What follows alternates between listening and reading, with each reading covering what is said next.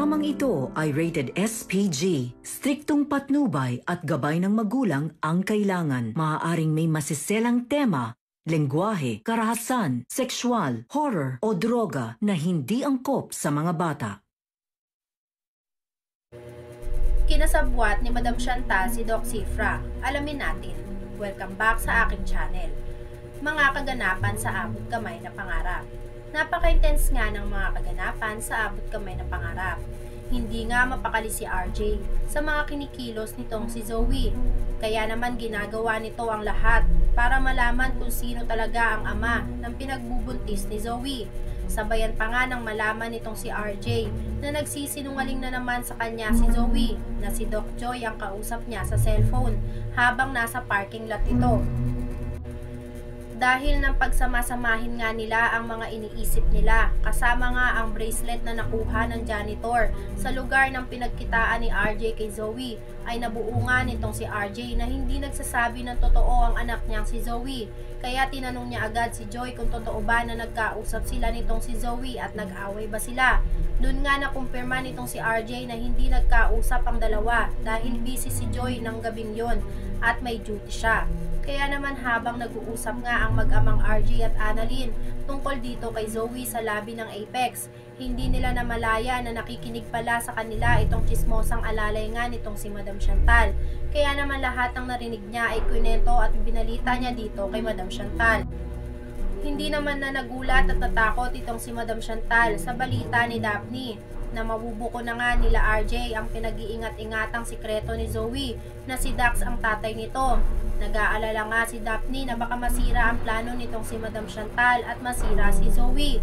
Kaya naman inamin ni Madam Chantal kay Daphne na nakaredy na nga daw si Madam Chantal at napaghandaan niya na lahat ng plano niya. Bukod sa iba pa niyang plano dahil alam nga daw ni Madam Chantal na nadarating ng panahon na mabubuko si Zoe kaya kailangan niyang magkaroon ng plan B para kung sakaling pumalpak ang unang plano niya. Kaya naman tama nga at napakautak nga nitong si Madam Chantal dahil naisip niya nga iyon. Samantala, binisita ni Doc Romualdo ang kaibigan niyang si Carlos sa mental institution para ibalitang buntis nga itong si Zoe.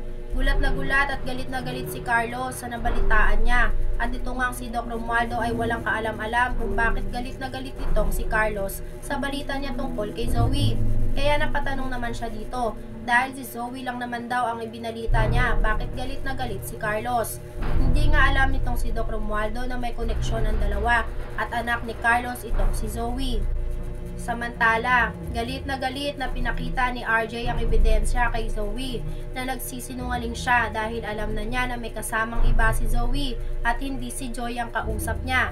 Kaya paulit-ulit niyang tinanong si Zoe kung sino ba talaga ang lalaki ni Zoe dahil galit na galit si RJ sa nakita niyang pasa sa braso nito dahil baka sinasaktan daw si Zoe at nasa panganib ito. Dahil buong akala nila ay sinaktan si Zoe ng tatay ng pinagbubuntis nito. Kaya naman todo deny pa din nga itong si Zoe at sinisi na naman si Annalyn kung paano nasabi ni RJ ang mga bagay na yon tungkol nga sa boyfriend niya.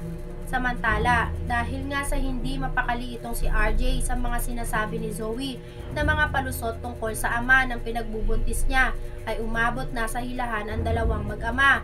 Pinipigil naman ni Annalyn si RJ dahil baka nasasaktan na nga itong si Zoe.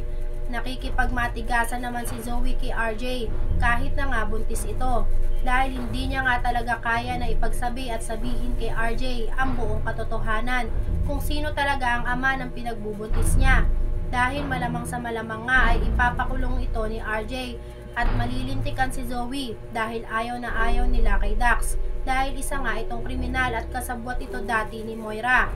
Habang nag-aaway nga ang mag-ama dahil pinipilit ni RJ si Zoe na umamin, dumating si Doc Cifra at tinawat si RJ sa ginagawa kay Zoe dahil baka mapanghamak daw ang baby nila ni Zoe. Gulat na gulat at gimbal na gimbal naman itong si Zoe sa narinig niya mula kay Doc Cifra dahil hindi niya akalain na ipagtatanggol siya nito.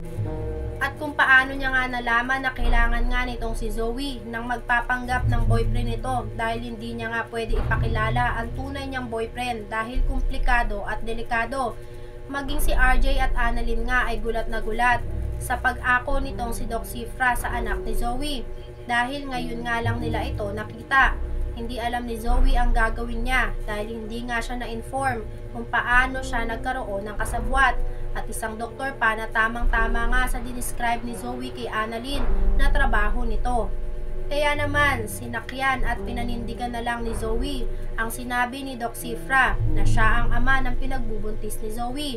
Kahit nga hindi niya alam kung paano nangyari na inako nito ang anak niya at hindi niya alam kung paano na lang biglang sumulpot itong si Doc Cifra sa kanila.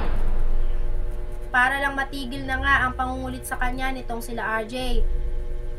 Kaya naman minabuti niya nga nasakyan na lang itong si Doc Cifra.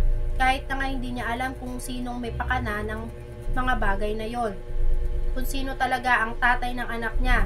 Sa isip-isip nga nitong si Zoe kung sino kaya ang hulog ng langit na tumulong sa kanya para kausapin itong si Doc Cifra na siya ang umako muna at tumayong tatay ng anak ni Zoe para lang may maipron sila kila RJ at sa iba pang mga tao.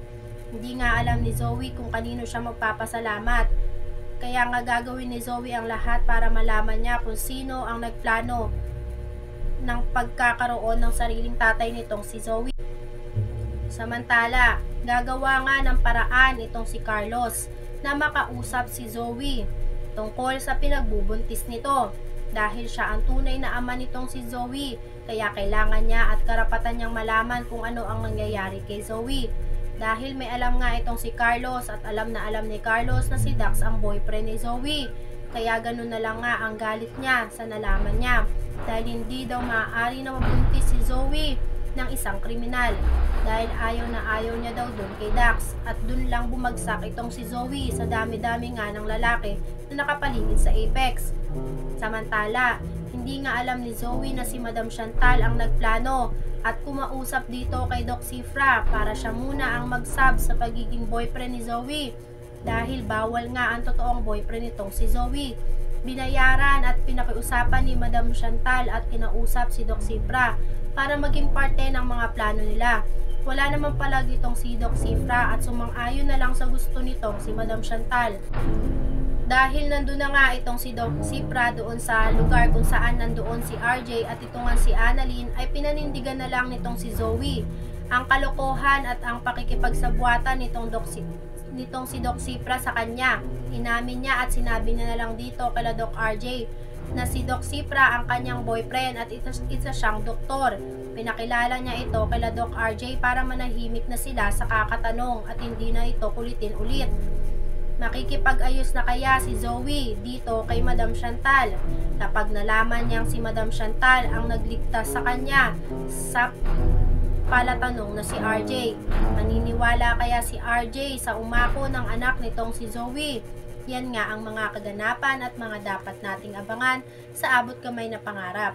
Kung gusto nyo pa ng mga ganitong klaseng video ay mag-subscribe at i-like itong video na to. Maraming salamat po. I got you!